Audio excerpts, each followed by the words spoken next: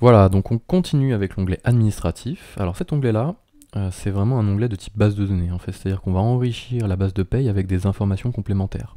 Des informations RH, formation, tout ce qu'on veut. En fait, on va essayer de stocker le maximum d'informations au même endroit, c'est-à-dire dans la base de paye. Foncièrement, ce ne sont pas des informations qui vont être gênantes si je ne les renseigne pas pour faire mes payes.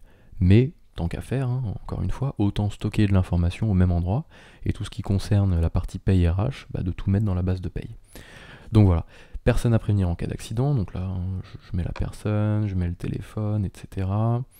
Date de visite médicale, le reclassement, est-ce qu'il a une maladie professionnelle, est-ce que c'est un travailleur handicapé, voilà, toutes les informations, arrêt de travail, multi-employeur, avec la liste ici de tous les employeurs, est-ce qu'il a une épargne salariale, son compte. Alors ça c'est une information hyper importante, mais on y reviendra lorsqu'on attaquera la partie schéma comptable et communication avec la compta.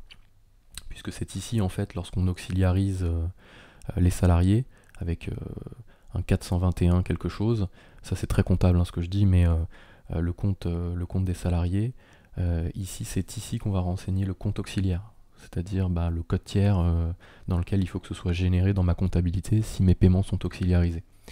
Donc là, c'est important de le mettre ici. C'est vrai que c'est une information qui est placée bizarrement, puisqu'elle est mêlée dans un flot d'informations un peu moins importantes, et du coup, c'est vrai qu'on a tendance un peu à l'oublier et à la chercher pendant des heures.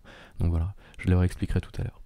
Donc voilà, cet onglet hyper rapide, de toute façon, là, les onglets qui vont suivre sont assez rapides, puisque c'est vraiment une logique d'enrichissement d'une base de données. Il n'y a pas vraiment de logique de paye derrière qui va se déclencher par rapport à ce qu'on renseigne ici.